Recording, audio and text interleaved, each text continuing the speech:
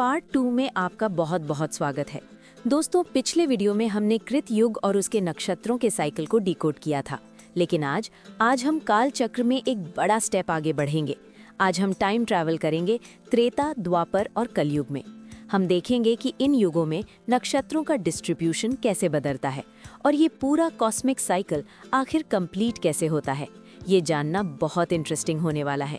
अगर आपने part 1 miss कर दिया है तो उसका लिंक मैंने डिस्क्रिप्शन में दे दिया है, उसे ज़रूर देखिएगा ताकि आज का टॉपिक आपको अच्छे से समझ आए। तो चलिए बिना देर किए शुरू करते हैं। त्रेता युग कर्म, प्रयास और उत्तरदायित्व की सीढ़ी। जहाँ कृत युग का चक्र चित्रा पर विराम लेता है, वहीं से त्रेता युग का चक्र प्रारंभ हो जाता है। ये स्वाति नक्षत्र से आरंभ होकर उत्तराषाढ़ा नक्षत्र पर समाप्त होता है।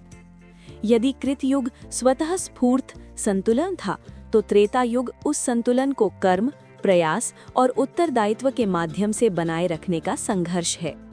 जीवन सहज नहीं रह जाता, उसे साधना पड़ता है। उत्पत्ति स्वाति, ये स्वतंत्र सृजन और गति का प्रतीक है। जीवन में आत्म प्रेरणा और स्वावलंबन का जन्म होता है। अस्तित्व विशाखा, ये लक्ष्य केंद्रित अस्तित्व का दौर है। जीवन इच्छा, संघर्ष और एक उद्देश्य के साथ आगे बढ़ता है। परिवर्तन अनुराधा, ये अनुशासन, सहयोग और साधना द्वारा आने वाला परिवर्तन है। बदलाव अब संबंधों और संयम से आता है।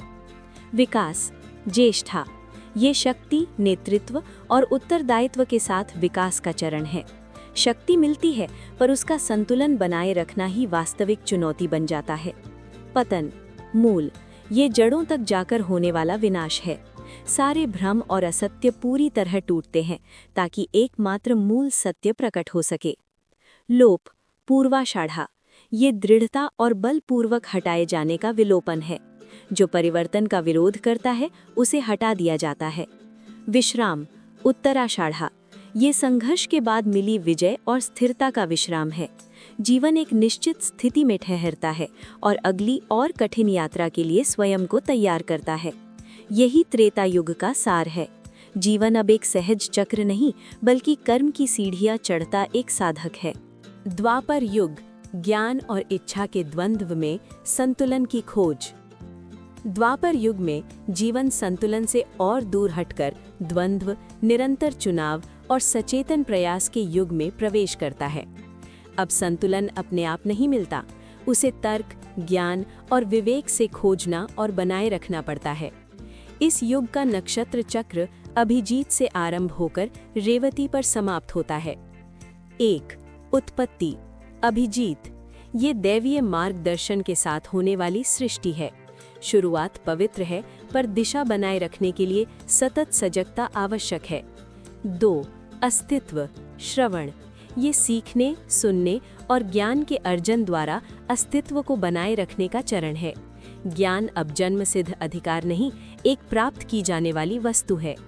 3. परिवर्तन धनिष्ठा, ये महत्वाकांक्षा, सफलता की इच्छा और गति से प्रेरित परिवर्तन है। बदलाव अब उपलब्धि और मान सम्मान की चाह से आता है।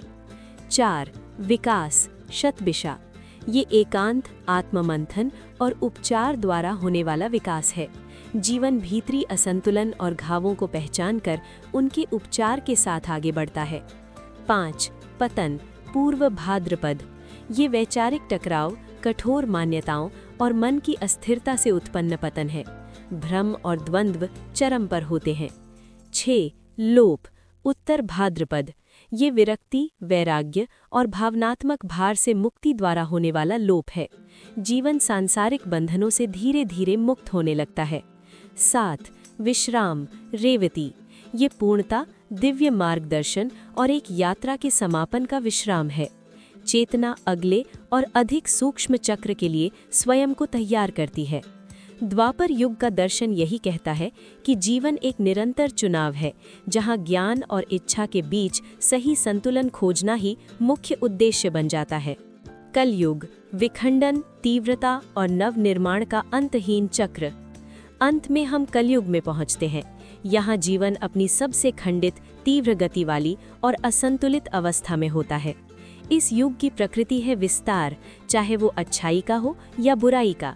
ये चक्र सबसे तीव्र गति से घूमता है, अश्विनी से शुरू होकर पुनर्वसु पर रुकता है। 1. उत्पत्ति अश्विनी, ये तीव्र आवेगपूर्ण और तात्कालिक सृष्टि है। जीवन बिना गहरी नींव के जल्दबाजी में शुरू होता है। 2. अस्तित्व भरणी, ये दबाव, संघर्ष और सहनशीलता में बने रहने का चरण है।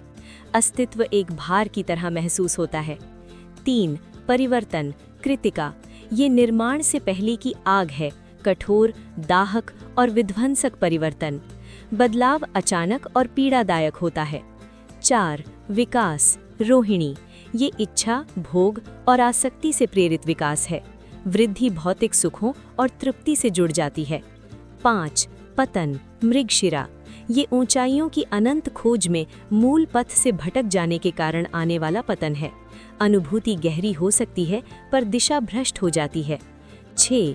लोप आर्द्रा, ये भावनात्मक तूफान, अव्यवस्था और अचानक विघटन से होने वाला लोप है। सब कुछ अस्त व्यस्त हो जाता है। 7. पुनर्वसु, ये विनाश के बाद फिर से नया होने का विश्राम है। यहाँ ऊर्जा का नवीनीकरण होता है ताकि चक्र फिर से और तेज गति से शुरू हो सके। कलयुग का सार यही है, यहाँ जीवन लगातार टूटता और बनता है, एक अंतहीन तीव्रगामी चक्र जहाँ विश्राम भी अगले विघटन की तैयारी मात्र है। तो दोस्तों, हमने त्रेता, द्वापर और कलयुग में नक्षत्रों का बंटवारा देख लिया, लेकिन कहानी अभी खत्म नहीं हुई है। अभी एक सबसे बड़ा सवाल बाकी है, आखिर ये पूरा कालचक्र घूमता क्यों है? इन नक्षत्रों और युगों के इस खेल के पीछे ईश्वर का असली इशारा क्या है? अगला वीडियो इस सीरीज का फाइनल पार्ट होगा और मैं प्रॉमिस करती हूँ वो वीडियो नक्षत्रों को देखने का आपका नजरिया हमेशा के लिए बदल देगा। हम बात करेंगे इस साइकिल के अल्टीमेट सीक्रेट की, तो उस फाइनल पार्ट को मिस मत करना। चैनल को सब्सक्राइब कर लीजिए और बेल आइकन दबा दीजिए। मिलते हैं इस रहस्य के आखिरी पन्ने पर।